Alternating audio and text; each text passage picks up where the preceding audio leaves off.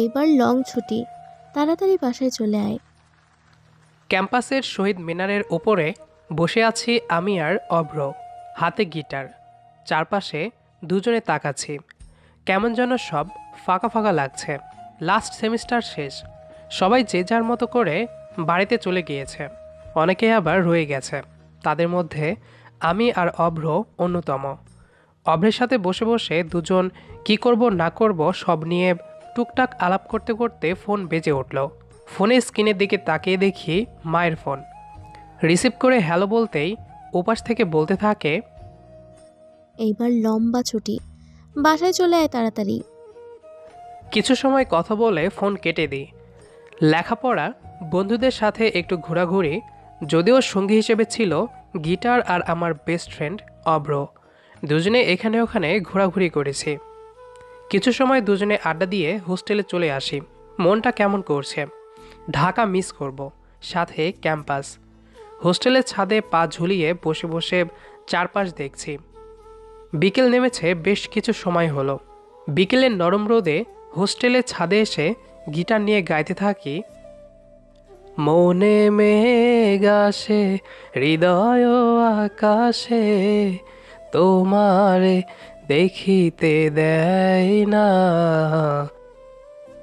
গানটা হুট করে কেন গাইলাম তা জানি না, তবে মাঝে মাঝে যখন শূন্যতা অনুভব করি তখন কেমন যেন একটা উদাস টাইপ গান মাথায় আসে। নিজেও এমন ভাবক্রান্তে গান লিখেছি। নিজের লেখা একটি গানের টিউন তুলে যখনই গাইতে যাব তখনই শুনতে পেলাম, তানভীর, দারুণ খবর! কুমিল্লার একটি বিশাল কলেজে গানের কনসার্ট হবে। আমাদের ভার্সিটি থেকে তোর নাম দিয়েছিল সবাই। পাশাপাশি সেমিস্টার ফাইনাল শেষ, মানে বিশাল একটি ছুটি। গানের কনসার্টও হয়ে গেল, সাথে ছুটিও কাটিয়ে আসতে পারবি। আমি কিছু সময় অভ্রের দিকে তাকিয়ে রইলাম। আমাদের ঘোরাঘুরির মধ্য দিয়ে একটা বিষয় বড় ছিল, সেটা হলো আমরা যেখানে যেতাম সেখানেই গান গাইতাম। গিটারটা আমার ভাইয়ার দেওয়া, এজন্য এটার প্রতি ভালোবাসাটাও ছিল বিশাল। আর সেই বিশালতাই কবে যে টুংটাং করতে করতে গানের শহরে প্রবেশ করেছিলাম বুঝতেই পারিনি। যদিও বড় বড় জায়গাতে তেমন গান গাইনি, কিন্তু যে কোনো কনসার্টে আমাকে ডাকা হতো। আর সাথে থাকতো অভ্র। ও ভালো ড্রাম সেট বাজাতে পারে। ভার্সিটির ক্যাম্পাসে বসে বসে গান গাওয়া হতো খুব। স্টুডেন্টরা সহ টিচাররাও আমাকে গিটার বয় বলে ডাকা শুরু করেছিল। অভ্রের কথা শুনে অনেকটাই খুশি লাগছে। গানের কনসার্টের জন্য আম্মুর বকুনি খেয়েছি, কারণ ওনার একটাই কথা, গান দিয়ে জীবন চলবে না, পড়াশোনাটা ঠিকঠাক মতো করো, তোমারই ভালো হবে। আমি শুনতাম না বললে ভুল। ভাইয়ার সাপোর্ট আমাকে স্বাধীনভাবে চলতে শিখিয়েছে। আচ্ছা, তাহলে একটা কাজ কর, তুইও চল আমাদের বাসায়। তোর বাসা তো ঢাকার কাছাকাছি। আন্টিকে বলে বুঝিয়ে চল, দুজনেই আমাদের বাসায় যাই। মায়ের দোয়া নিয়ে বেরিয়ে পড়ব কনসার্টের উদ্দেশ্যে। ওকে, চল। আমি আর অভ্র যশোরের উদ্দেশ্যে বাসে উঠি। পরিচিত ক্যাম্পাস আর প্রিয় ম্যাচ ছেড়ে বাড়ির দিকে রওনা হলাম।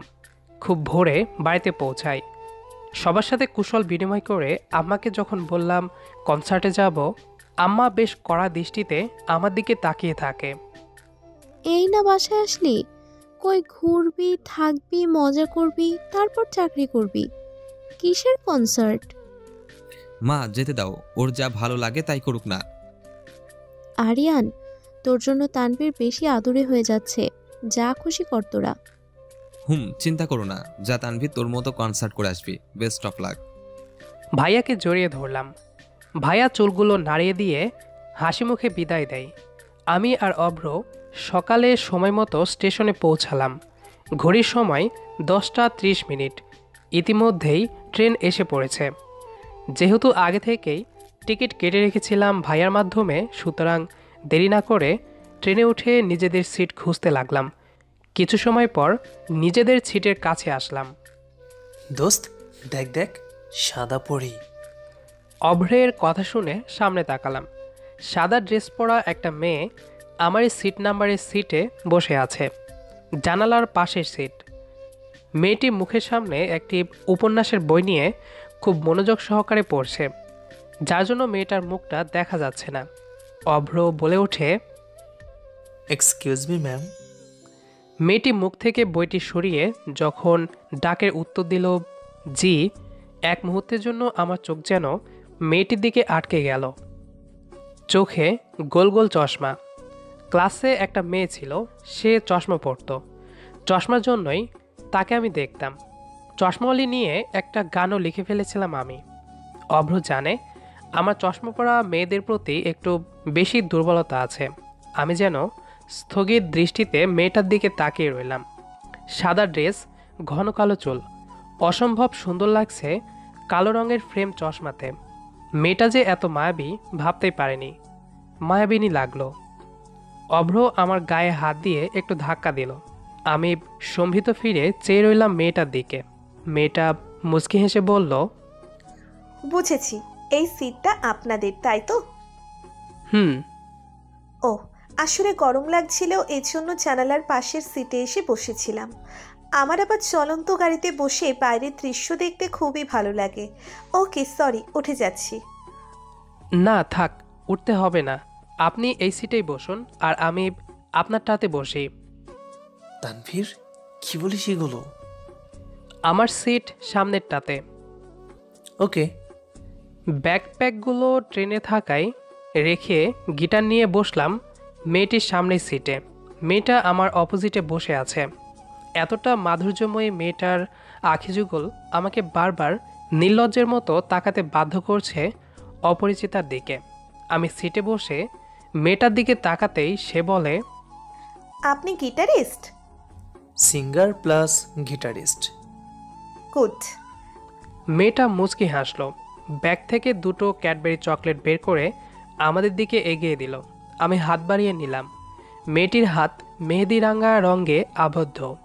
সাথে সাথে জিজ্ঞাসা করলাম, চকলেট কেন? এই যে জানালার সিটে বসতে দিলেন, তাই উপকারের জন্য আপনাকে চকলেট দিয়ে শুক্রিয়া আদায় করলাম। আমি আবার কখনো কারো ঋণ রাখি না, যদিও আপনি গিটার বাজান, এটা আমার পছন্দ। ধন্যবাদ। মেয়েটা জানালা দিয়ে বাইরে তাকায়, বাম হাত দিয়ে বই চেপে রেখে প্রকৃতি দেখতে ব্যস্ত। অভ্র আমার কানে কাছে মুখ নিয়ে বলল, কি রে তানভীর, তোর মতলব তো ভালো ঠেকছে না। ভার্সিটি লাইফ শেষ, কখনো ভার্সিটিতে কোনো মেয়েদের দিকে এমন দৃষ্টিতে তাকাস নাই। কাহিনী কি? আমি কিছু বললাম না। অভ্রের কথা সত্য। ভার্সিটির শেষ বর্ষে এসেও কোনো মেয়েকে প্রেমিকা হিসেবে কাছে টানেনি। কারণ ভাইয়া আর আম্মুর নির্দেশ, যা করিস পড়াশোনা যেন ঠিক থাকে। এজন্য ঠিক আগ্রহ তৈরি হয়নি কারো ওপর। ভালো লাগতো না এমন না, আসলে বাবা মারা যাওয়ার পর ভাইয়া একাই সংসারটা চালিয়েছে। মায়ের ছোট একটি চাকরি আর ভাইয়ার চেষ্টায় আমাকে কখনো অভাব বুঝতে দেয়নি। আমি কখনো কিছু চাইনি বাসায়, কারণ ভাইয়া বুঝে যেত আমার কি দরকার। দেরি হলেও ঠিক সেটাই এনে দিত আমাকে। আম্মু এসব দেখে ভাইয়াকে আদুরে বকা দিয়ে বলতো, আরিয়ান, তোর আদরে দেখবি তানভীর মাথায় চড়ে বসবে, একটা অঘটন ঘটাবে শেষে। ভাইয়া আমাকে আদর করে দিয়ে আম্মুকে বলতো, মা তুমি চিন্তা করো না, আমার ভাইকে তো চিনি, সে আমার কথা শোনে। যদিও ভাইয়া আমাকে কোনোদিন বকেনি, শাসনও করেনি, তবুও খারাপ বন্ধু থেকে নিজেকে সরিয়ে পড়াশোনা করেছি। হয়তো এই জন্য পরিবার, বিশেষ করে ভাইয়ার থেকে সাপোর্টটা অনেক বেশি পেয়েছি। ভাইয়া ছিল আমার প্রথম বন্ধু। ভাইয়া যখন বন্ধুসুলভ আচরণ করত তখন আমি মুচকি হাসতাম। ভাবিকে ভাইয়া ভালোবাসতো। বিয়ের আগে আমাকে ফোন দিয়ে গল্প শোনাতো, আমি কেবল হাসতাম। ভাইয়া আমার শুধু ভাইয়া নয়, বন্ধুও। আচ্ছা, সামনে বসা মেয়েটার নাম কি জানতে চাইব? না না, যদি রাগ করে। ভাববে নাম জানতে চাইছি, এরপর নাম্বার নেব। ধুর, থাক। কি ভাবছিস? মেয়েটার দিকে তাকা। বুঝলাম না, অভ্রের সমস্যাটা কি? একবার তাকাতে বারণ করে, আবার দেখতে বলে। আমি মেয়েটার দিকে তাকালাম। আচমকা মেয়েটি চুল থেকে চুলে কাঁকড়া ভেঙে পড়ে চুলগুলো চারিদিকে ছড়িয়ে পড়ল। আমি প্রেম প্রলোভন দৃষ্টিতে খোলা চুল অবস্থায় দেখতে লাগলাম। ঈষৎ ঘন কালো খোলা চুলে মেয়েটিকে আরও বেশি মায়াবী লাগছে। আমি তাকিয়ে আছি। মেয়েটা ওর ছোট্ট ভ্যানিটি ব্যাগ থেকে ফোন বের করে কাকে যেন কল করলো। কয়েক সেকেন্ড পর মেয়েটাকে বলতে শুনলাম, ভাবি, তোমার ছেলে নিশান কোথায়?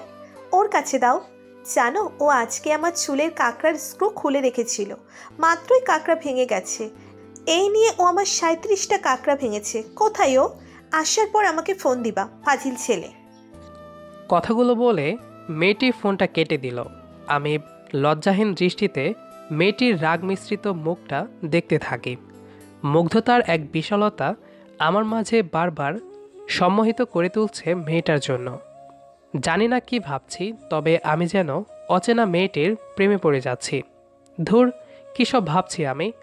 সকাল পেরিয়ে দুপুরের দিকে সময় চলে যাচ্ছে। কিছুক্ষণ পর ট্রেনটি একটা স্টেশনের সামনে থামলো। এখানে কিছুক্ষণ ট্রেনটি দাঁড়াবে।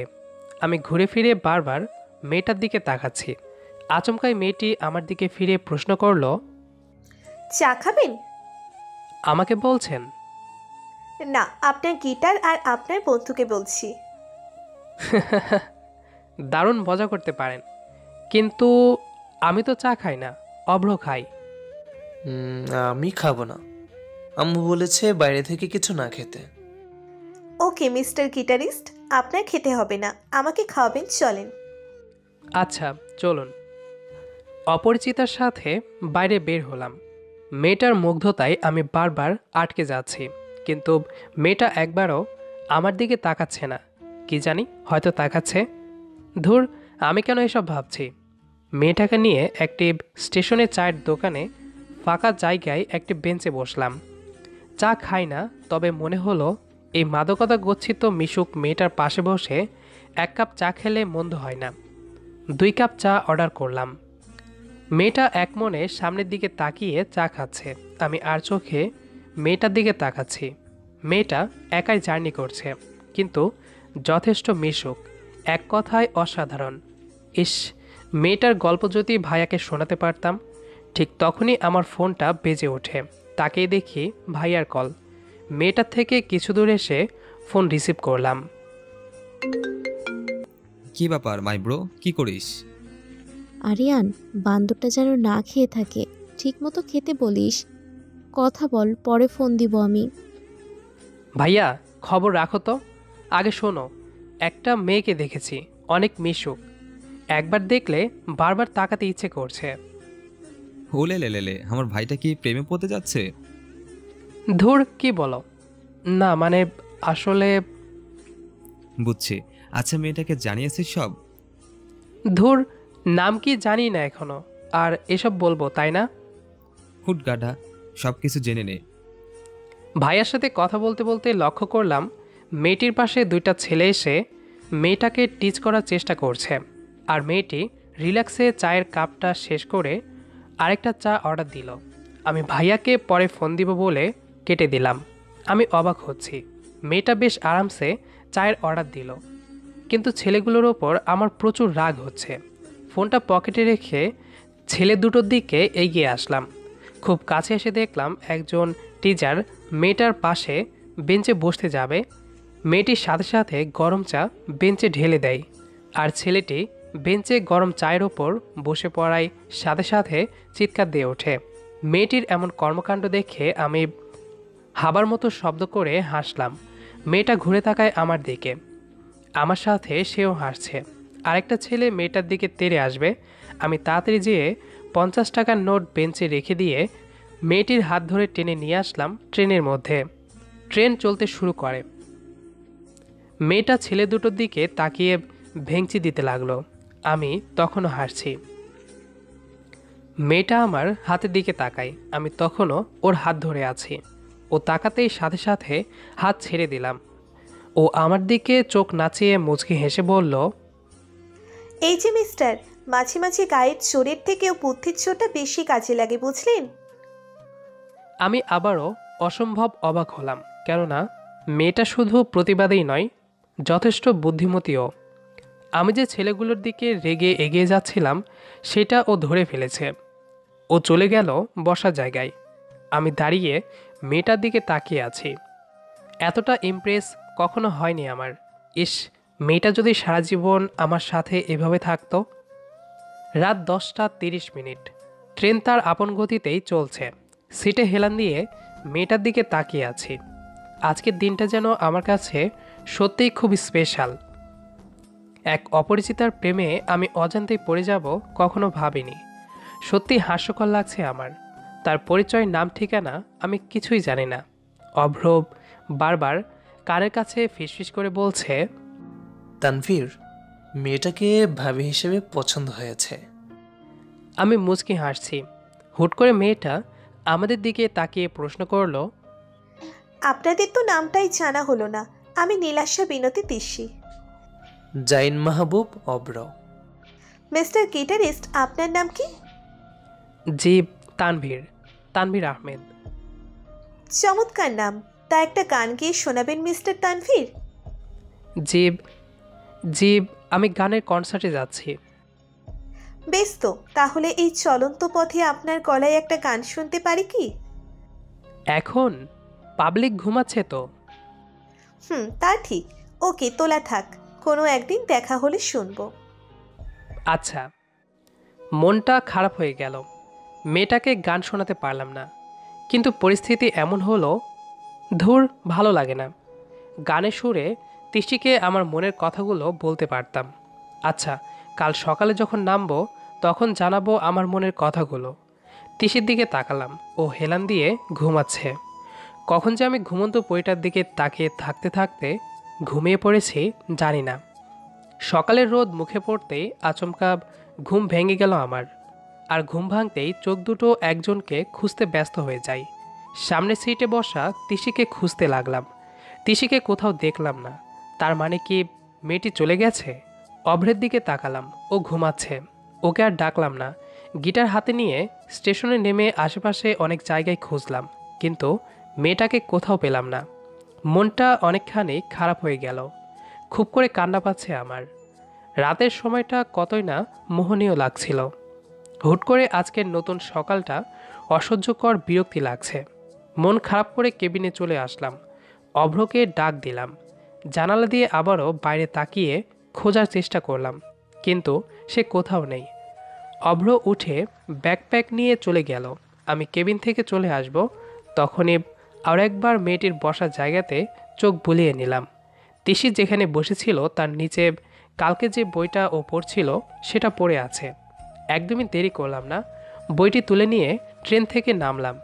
কুমিল্লা শহরটা অনেকটা বড়। স্টেশনটা অনেক বেশি সুন্দর করে বানানো হয়েছে। কনসার্টে পার্টিসিপেটদের জন্য থাকার ব্যবস্থা করা হয়েছে। কিন্তু অভ্রের কোনো এক মামা থাকায় আমরা ওদের বাড়িতে যেয়ে উঠি। রুমে এসে গিটারটা রেখে বিছানায় বসলাম। বইটার দিকে চোখ পড়ল। বইটার পেজ উল্টাতে লাগলাম। হঠাৎ থেমে গেলাম আমি। একটি সাদা কাগজ, যেটাতে মেয়েটারই লেখা কিছু কবিতার লাইন অসম্ভব সুন্দর করে লিখেছে। কয়েকবার পড়ে নিলাম আমি। হুট করে ফোনটা বেজে ওঠে আমার। তাকিয়ে দেখি আম্মুর ফোন। রিসিভ করলাম। কি ব্যাপার, আমার ছেলেটা মাকে ভুলে গেছে? আসলে আম্মু, হয়েছে, বুঝেছি। তো কনসার্ট কবে থেকে শুরু? কালকে থেকে। আমার সিরিয়াল বিকালের দিকে। আচ্ছা, তবে তোকে একটা কথা বলার জন্য ফোন দিলাম। তোকে না জানিয়েই আমি তোর জন্য পাত্রী দেখে এসেছি। কি করব বল, তোর পড়াশোনা তো শেষই, এখন জব করবি, তাই আগেভাগেই মেয়ে দেখে ফেললাম। দেখতাম না মেয়েটার মা আমার পরিচিত। ফোনে কথা বলতে বলতে একদিন ওর মেয়ের কথা বলে, মানে বিয়ে দেওয়ার জন্য পাত্র দেখতে বলে। কি জানি কি মনে হলো, তোর ছবি দেখিয়ে বলেছিলাম এটা আমার ছেলে, ভালো ছেলে, পড়াশোনা শেষ, চাকরি করবে, বিয়ে আমিও দিতে চাচ্ছিলাম। ওনারা তোর ছবি নেয়, আর মজার ব্যাপার হলো ওনারা রাজি, খালি তোকে দেখতে চাইছে। তাড়াতাড়ি আসিস, আমরা যাব আবার। তোর ভাইয়াটা সবটা জানে না, আজকে সব বলেছি। ও এখনো কিছু বলেনি, বলেছে তোর মত নিতে। যাই হোক, তুই আগে ফিরে আয়, রাখছি। আম্মু ফোন রেখে দিল। আমি বোবার মতো তাকিয়ে আছি। ভাইয়ার ফোন বেজে ওঠে। রিসিভ করলাম। ভাইয়া শুধু গানের ওপর মনোযোগ দিতে বলে কেটে দেয়। ধুর, কিছু ভালো লাগছে না। হুট করে এটা কি হলো? সবাই পড়াশোনা শেষ করলাম, আর আম্মু? তিশিকে নিয়ে ভাবনাটা প্রখর হচ্ছে। মামাদের বাড়ির ছাদে চলে আসলাম, হাতে গিটার আর মেয়েটির লেখা কয়েক লাইন কবিতা টুংটাং করে বাজাতে বাজাতে মেয়েটার লেখার ওপর সুর তুলে গান বানিয়ে ফেললাম। কয়েকবার ভালো মতো প্র্যাকটিস করে নিলাম। এটাই কালকের কনসার্টে গাইব। প্রেম নয়তো মরীচিকা, প্রেম নয় ধূসর কালো সংলাপ, তোমার আধিক্যে করে বিচরণ, হোক না তব দুজনার নির্লাপ, আমার প্রবাহ মানে হবে তোমার জোয়ার, খরস্রোতা নয় বরং হবে সব কিছু জানার। কুমিল্লার বিশাল মহিলা কলেজের খোলা প্রাঙ্গণে গানের কনসার্টের আয়োজন করা হয়েছে। তিশির লেখা কবিতা দিয়ে আমি গান বানিয়েছি, নিজেই নতুন সুর দিয়েছি। গান শেষ করে স্টেজ থেকে গিটার কাঁধে নিচ্ছি, ঠিক তখনই শুনতে পেলাম, গান শোনার ইচ্ছে ছিল আপনার কণ্ঠে, কিন্তু কখনো ভাবিনি আমারই লেখা শব্দ দিয়ে গান বানিয়ে ফেলবেন। অনেক সুন্দর গান গাইতে আর গিটার বাজাতে পারেন মিস্টার তানভীর। আমি চমকে উঠি। সাথে সাথে পিছনে তাকাতেই বড়সড় চমক পেলাম, কারণ আমার সামনে তিশি দাঁড়িয়ে আছে। আমি হকচকিয়ে প্রশ্ন করলাম, আপনি? তিশি হাসতে থাকে। ওর পিছনে আরও কয়েকজন মেয়ে দাঁড়িয়ে আছে। সবার দিকে একবার তাকালাম। সবার সামনে তিশি দাঁড়িয়ে হাসতে হাসতে বলল, আসলে এখানে আমার মামার বাড়ি, আর আমি এসেছি বেড়াতে। আর পিছনে এরা সবাই কাজিনের ফ্রেন্ডস। কনসার্ট হচ্ছিল, তাই আমাকে নিয়ে আসে। আমি এখানে এসেই আপনাকে দেখি আর আপনার গান শুনে চমকে গেলাম। গানের লাইনগুলো তো আপনার লেখা। সেদিন ট্রেনে আপনি একটা বই ফেলে রেখে গিয়েছিলেন, আর সেখান থেকে একটা কাগজে আপনার লেখা কবিতা পেয়ে তাতে নিজে থেকে সুর দিলাম। Thank you. আমি হাসি। মেয়েটা যেমন মায়াবী, তেমনি কথা বলার ধরনও সব কিছুই আকৃষ্ট করে। অনেক কষ্ট পেয়েছি, মনের কথাগুলো ওকে জানাতে পারিনি। আজকে এই মুহূর্তে যদি জানাতে না পারি, তবে হয়তো কষ্টে সব কিছু হারিয়ে ফেলব। আমার জানাতেই হবে। আমি বললাম, চলুন হাঁটি। চলুন। আপনি তো চা খাইয়েছিলেন, আজকে আপনাকে ফুচকা খাওয়াবো। আচ্ছা চলুন। তিশিকে নিয়ে আগে আগে হাঁটছি। অনেক ছেলে মেয়ে এসে আমার সাথে সেলফি তুলছে। তিশি সেগুলো দেখে মুচকি হাসছে। অভ্রকে ইশারাতে বললাম ওর কাজিনদের একটু পেছনে রাখতে। তিশি এগিয়ে গেল। ভাইয়াকে ফোন দিয়ে সবটা জানালাম। ভাইয়ার আর কোনো কথা না শুনে ফোন কেটে দিয়ে তিশির পাশে গেলাম। কলেজের মধ্যেই বড় করে ফুটপাত করা, সবাই হেঁটে যাচ্ছে। ফুটপাতের পাশে দোকান বসেছে। আমরা একটি ফুচকার দোকানে গেলাম। তিশি নিজেই অর্ডার করলো, কিন্তু আমি চাই ওকে এখনই আমার মনের কথাগুলো বলে দিই। ফুচকা চলে আসে, ও গালে দিতে যাবে, তখন আমি থামিয়ে বললাম, আচ্ছা একটা কথা বলি। বলুন। আমি তিশির দিকে তাকালাম। আমার প্লেট থেকে একটা ফুচকা তুলে ওর দিকে বাড়িয়ে বললাম, তিশি, আপনি কেমন তা জানা আমার দরকার নেই। আমার মাঝে আপনার অস্তিত্ব অনুভব করতে পারছি। আপনি যথেষ্ট সুন্দর। আপনাকে হাজারটা ছেলে প্রপোজ করতেই পারে, ভালোবাসতেই পারে, আবার পাগল হয়ে পাগলামোও করতে পারে। তবে আমি কিন্তু আপনার প্রেমে পাগল হব না, কারণ আমি পাগল হলে আপনাকে ভালোবাসবে কে বলুন?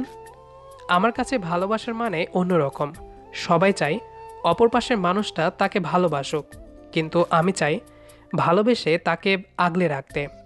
সম্পর্ক টিকিয়ে রাখতে যেমন কম্প্রোমাইজ স্যাক্রিফাইস করতে হয়, তেমনি ভালোবাসার জন্য লাগে আগ্রহ, ইচ্ছে, দুজনের এক হওয়ার আদম্য চেষ্টা। ভালোবাসতে জোর করছি না, তবে ভালোবাসার আহ্বানে হাত বাড়িয়েছি। একবার ভালোবেসেই হাতটা ধরুন, কথা দিচ্ছি কখনো ছেড়ে যাব না। আপনাকে আমার করে নেওয়ার চেষ্টা করবই। যদি ব্যর্থ হই, তবে সেদিন হবে আমার শেষ নিঃশ্বাস ত্যাগ। তবে কথা দিলাম, আপনাকে আমার করেই নেব। ভালোবাসি যে বড্ড আপনাকে। Will you be my future wife? Tishi আমার দিকে হা করে তাকিয়ে রইল। ফুচকার দোকানে বসা ওর কাজিনেরাও আমার দিকে বেশ অবাক দৃষ্টিতেই চেয়ে আছে। ওরা হয়তো ভাবছে আমি সবার সামনে কিভাবে এইভাবে তিশিকে প্রপোজ করতে পারি। আমি তিশির দিকে তাকালাম। ও বসা থেকে উঠে দাঁড়ালো। ফুচকার প্লেট আমার হাত থেকে নিয়ে চেয়ারে রেখে হাত ধরে বাইরে নিয়ে আসে। কিছু দূর ও আমার হাত ধরে হেঁটে ল্যাম্পপোস্টের নিচে দাঁড়ায়। আমার হাত ছেড়ে দিয়ে আমার দিকে তাকিয়ে বলে, সরি মিস্টার তানভীর, আপনি দেরি করে ফেলেছেন। আমার বাসা থেকে বাবা মা একটা ছেলের সাথে বিয়ে ঠিক করে রেখেছে। ছেলের পরিবার আমাকে দেখে পছন্দ করে রেখেছে। শুধু এখন ছেলে আমাকে দেখতে আসার অপেক্ষা। আমাদের বাড়ি থেকে সবাই রাজি, এমনকি ছেলে পক্ষরাও রাজি। শুধু আমাদের পক্ষ থেকে এখনও ছেলেকে দেখা হয়নি। আশা করি বুঝতে পেরেছেন। আর একটা কথা, আপনার মতো করে কেউ কোনোদিন প্রপোজ করেনি। প্রপোজটা সুন্দর হলেও পরিস্থিতি আপনার জন্য খুব খারাপ। তিশি শুনুন, আমি আপনাকে হারাতে চাই না। আপনি শুধু একবার হ্যাঁ বললে আমি আপনার ফ্যামিলিকে বোঝাবো। এটা সম্ভব না। তিশি আমার দিকে আরও কয়েক সেকেন্ড তাকালো। ওর চোখে কেমন যেন জলের আবির্ভাব দেখলাম। ও আমার দিকে তাকিয়ে চলে যাবে কয়েক পা বাড়াতেই আমি বললাম, আমি জানি আপনিও আমাকে ভালোবাসেন, তা না হলে আপনার চোখে জল থাকতো না। কাল সকাল 6টার ট্রেনে আমাকে ফিরতে হবে। আমি আপনার জন্য অপেক্ষা করব। যদি আপনি আমাকে ভালোবেসে থাকেন তো আমার বিশ্বাস আপনি কাল আসবেন। তিশি ঘুরে তাকিয়ে চলে যায়। অভ্রব আমার পাশে এসে দাঁড়ায়। অভ্র বুঝেছে আমার মন খারাপ। সে কোনো কথা বলল না। আমি তিশি চলে যাওয়ার দিকে তাকিয়ে রইলাম। পকেটে ফোন বেজে উঠল। ভাইয়ার কল। তানভীর, প্রপোজ করেছিস? তো তিশিকে তুই আনছিস তো? আমি মাকে সব বুঝিয়ে বলবো, মাকে সামলে নেব। আমি তোকে কষ্ট পেতে দেখবো না রে। বল কি হয়েছে? না ভাইয়া, সে আমার ভালোবাসা গ্রহণ করেনি। মানে? তার বিয়ে ঠিক হয়ে আছে। যাক, বাদ দাও, কালকে আসছি, জানি না কি করব। তবে আমি আম্মুর পছন্দ করা ওই মেয়েকে বিয়ে করতে পারবো না। আচ্ছা, তুই আগে বাড়িতে ফিরে আয়। ফোন কেটে দিলাম। কিছু ভালো লাগছে না। পকেটে হাত গুজে বিয়ারের ক্যান লাথি মারতে মারতে ল্যাম্পপোস্টের আলো আধারের কুমিল্লা শহরের রাস্তায় হাঁটছি। অভ্র আমার পেছনে আমার গিটার হাতে নিয়ে আসছে। তারপর পরের দিন সকালে স্টেশনে এসে পৌঁছালাম। 5টা বাজে। চারপাশে অনেক মানুষ দেখলাম, কিন্তু তিশিকে কোথাও দেখতে পেলাম না। ঘড়ির দিকে তাকিয়ে স্টেশনে প্রবেশের রাস্তার দিকে তাকাচ্ছি বারবার, কিন্তু তিশির কোনো খোঁজ নেই। ট্রেন স্টেশনের গন্তব্যে ট্রেন ঠিক সময় চলে আসলেও আমার মনে চলা ভালোবাসার ট্রেন আসেনি। মনটা তিশিকে নিয়েই রয়ে গেছে ভালোবাসার অপেক্ষার স্টেশনে। বাড়িতে আসলাম রাত 8টা বাজে। বাড়ির সামনে এসে দেখি একটা অচেনা গাড়ি দাঁড়িয়ে আছে। গেট দিয়ে প্রবেশ করব, ভাইয়া দৌড়ে আসে। তানভীর, আমি জানি তোর মন খারাপ, চাইলে তোকে সব বলতে পারতাম, কিন্তু সিচুয়েশনটা এমন যে তোকে কিছু জানাতে পারিনি। এমনটা হবে আমিও বুঝতে পারিনি। মানে কি বলছে এসব? ভেতরে চলে আয়, আর অভ্র ওর থেকে গিটারটা নিয়ে আয়। কি হয়েছে বলো? সরি তানভীর, তোকে না জানিয়ে মা মেয়ে পক্ষদের বাড়িতে তোকে দেখতে ইনভাইট করে ফেলেছে। ওরা শুনেছে তুই এসেছিস, আর মাও ওনাদের দাওয়াত দিয়ে আনলো। বিকেলে আসার কথা ছিল ওদের, কিন্তু ওনাদের মেয়ে নাকি মামার বাসায় ছিল, আর তুইও বাড়িতে ছিলি না। এজন্য ঘন্টাখানিক আগে এসেছে। ওনাদের আপ্যায়নের জন্য বিজি হয়ে পড়ি, যার জন্য তোকে কিছু জানাতে পারিনি। আর মা এসব তোকে বলতে না করেছে। কি মানে কি ভাইয়া? তুমি তো সবটা জানো। আমি চলে যাচ্ছি। আমি এ বিয়ে করব না। আমার কোনো ইচ্ছেই নেই বিয়ে করার। সরি ভাইয়া। আরে গাধা নাকি তুই? এখন কিসের বিয়ে? এমনিতে তোকে দেখতে আসছে, সাথে মেয়েও এসেছে। দেখবে চলে যাবে, পরে না হয় তুই ঢাকাতে চলে যাস। সত্যি তো? পরে সব আমি সামনে নেব, তুই ভিতরে চলে আয়। ভাইয়া আমার ডান হাত ধরে টেনে ভেতরে নিয়ে আসে। বাম কাঁধে গিটার ঝোলানো। 6 জন লোক বসে আছে। হয়তো মেয়ের মা বাবা ভাই ভাবি, একটা পিচ্চি, আর মেয়ে বসে আছে। মেয়েটার মাথায় ইয়া বড় একটি ঘুমটা টানানো। আহারে, আহ্লাদে বাঁচলাম না। এমন ভাব ধরছে মেয়েটা যেন ওকে দেখতে আসছি। বড় ঘুমটা টেনে বসে আছে। আজব। আঙ্কেল, এই হলো আমার ভাই। আরিয়ান, ওকে বৌমার পাশে যেয়ে বসিয়ে দে তো। সবাই দেখুক কেমন মানাচ্ছে। কি বলো সবাই? আম্মুর কথা শুনে সবাই সহমত পোষণ করে। আমি ভাইয়ার দিকে তাকালাম করুণ দৃষ্টিতে। ভাইয়া আস্তে করে বলল, আরে আমি আছি তো, পাশে বসতে বলছে। বিয়ে তো এখন হচ্ছে না, বাচ্চাদের মতো আচরণ করছিস তুই। যা বসে পড়। ভাইয়া আমার হাত থেকে গিটার নিয়ে মেয়েটার পাশে টেনে নিয়ে যেয়ে বসাই। আমি যথেষ্ট ফাঁক রেখে বসলাম। মাঝখানে 1.5 জন মানুষ ইজিলি বসতে পারবে। আমি মাথা নিচু করে বসে রইলাম। কি আজব মেয়ে, এখনও ঘুমটা টেনে বসে আছে। আজাইরার ঢং। আরে ভাই, দেখতে আসছিস আমাকে, দেখে চলে যা। ধুর, ভালো লাগে না। একজন বলল, এই যে মিস্টার তানভীর ভাই, আরও একটু চেপে বসো তো, এত লজ্জা পাচ্ছ কেন? একদম ওর কাছে যেয়ে বসো। ভাবি টাইপ মহিলার দিকে তাকিয়ে আবারে ভাইয়ার দিকে তাকালাম। ভাইয়া ইশারা করলো। আমি কোনো রকমে সরে যেয়ে বসলাম। সবাই বলে উঠল, বেশ মানাচ্ছে দুজনার, ছেলে পছন্দ হয়েছে, বিয়ের দিন তারিখ তাহলে পাকা করা যাক। কি আজব, মেয়ের মুখ না দেখিয়ে আমাদের দুজনের মানাচ্ছে বলে দিল। ধুর, ভালো লাগে না। আমি বসা থেকে উঠে দাঁড়াবো, তখনই অনুভব করলাম আমার বাম হাতটি কেউ চেপে ধরেছে। আমি স্থির হয়ে বসি, আর চোখে তাকিয়ে দেখি ঘুমটা টানা মেয়েটা আমার হাত ধরে রেখেছে। কি লজ্জা! সবাই বিয়ের ব্যাপারে কথা বলছে, আর এদিকে মেয়েটা যে আমার হাত ধরেছে কেউ খেয়ালই করছে না। মুখ দিয়ে আমার কথাও বের হচ্ছে না। মিস্টার তানভীর সাহেব, অপেক্ষার স্টেশন শেষ হলো তো? ইয়েস মিস্টার, আমি আপনার ফিউচার বউ হব। আমাকে কিন্তু কষ্ট দেওয়া যাবে না, বুঝছেন? আর এত লজ্জা পাচ্ছেন কেন? কুমিল্লাতে সবার সামনে আমাকে প্রপোজ করলেন, আর নিচের বাড়িতে আমার পাশে বসতে এত লজ্জা লাগছে? আমি চমকে উঠি। আমি দাঁড়াতেই সবাই আমার দিকে চুপ হয়ে তাকিয়ে রইল। মেয়েটা ততক্ষণে আমার হাত ছেড়ে দিয়েছে। আমি একটু চিৎকার করে বললাম, তিশি। সাথে সাথে মেয়েটা মাথা থেকে ঘোমটাটা নামিয়ে নেয়। আমি অবাক দৃষ্টিতে তাকিয়ে আছি। অভ্র আর ভাইয়া মুচকি হাসছে। এটা কি হলো? ওরা কেন হাসছে? আর তিশি এখানে কেন? ওর না অন্য ছেলের সাথে বিয়ে হওয়ার কথা? কি রে, তুই বান্দরের মতো লাফিয়ে উঠে চিৎকার দিলি কেন? এ আরিয়ান, তোর ভাই পাগল হয়ে গেছে। ও মা, তুমি না কি বলো? তানভীর পাগল হবে কেন? ও তোর ভালোবাসার মানুষকে পেয়ে খুশিতে লাফিয়ে ওঠে। মানে?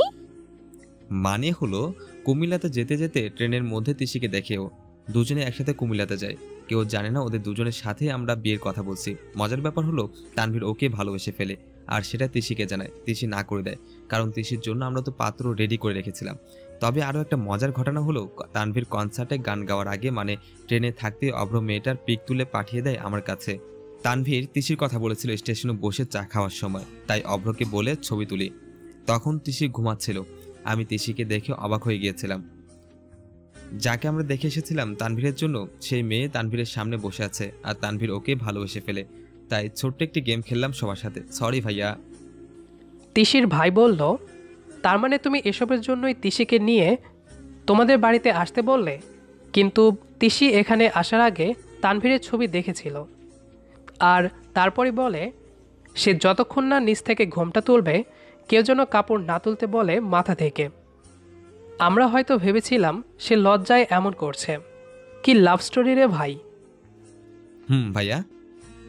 আমি বোকার মতো কেবল ভাইয়ার দিকে তাকিয়ে আছি। এত কিছু হয়ে গেল, কখনো বুঝতেই পারলাম না। আর অভ্র এভাবে এমন করবে জানা ছিল না। আমি এখন কি করব বুঝতে পারছি না। তিশির ভাইয়ের ছেলে এসে আমার হাত ধরে তিশির পাশে বসিয়ে দেয়। তিশি আমার হাত ধরে। আমি হাসবো না কাঁদবো সেটা বুঝতে পারছি না। তবে তিশির হাত আমি নিজেই শক্ত করে ধরলাম। ও আমার দিকে আরও সরে এসে বসলো। বাড়ির সবাই আমাদের দুজনের বিয়ে নিয়ে প্ল্যান করতে ব্যস্ত। এদিকে আমি আর তিশি দুজন দুজনের দিকে তাকিয়ে মুচকি হাসছি। কল্পনার ব্যাকগ্রাউন্ডে যেন বাজছে, তোমাকে চাই বেলা শেষে, চাই তোমাকে শেষ প্রহরে, তোমার জন্য অপেক্ষাতে করব বৃষ্টি বিলাস, তোমার জন্য থাকবে ভালোবাসার উচ্ছ্বাস, তোমাকে চাই আমার মনের শেষ প্রহসনে, চাই তোমায় আমার অপেক্ষার স্টেশনে। গল্পটি কেমন লেগেছে সেটি অবশ্যই কমেন্ট করে জানাবেন। দেখা হবে আবারও নতুন কোনো গল্প নিয়ে। সে পর্যন্ত আমাদের সাথেই থাকবেন। ধন্যবাদ সবাইকে।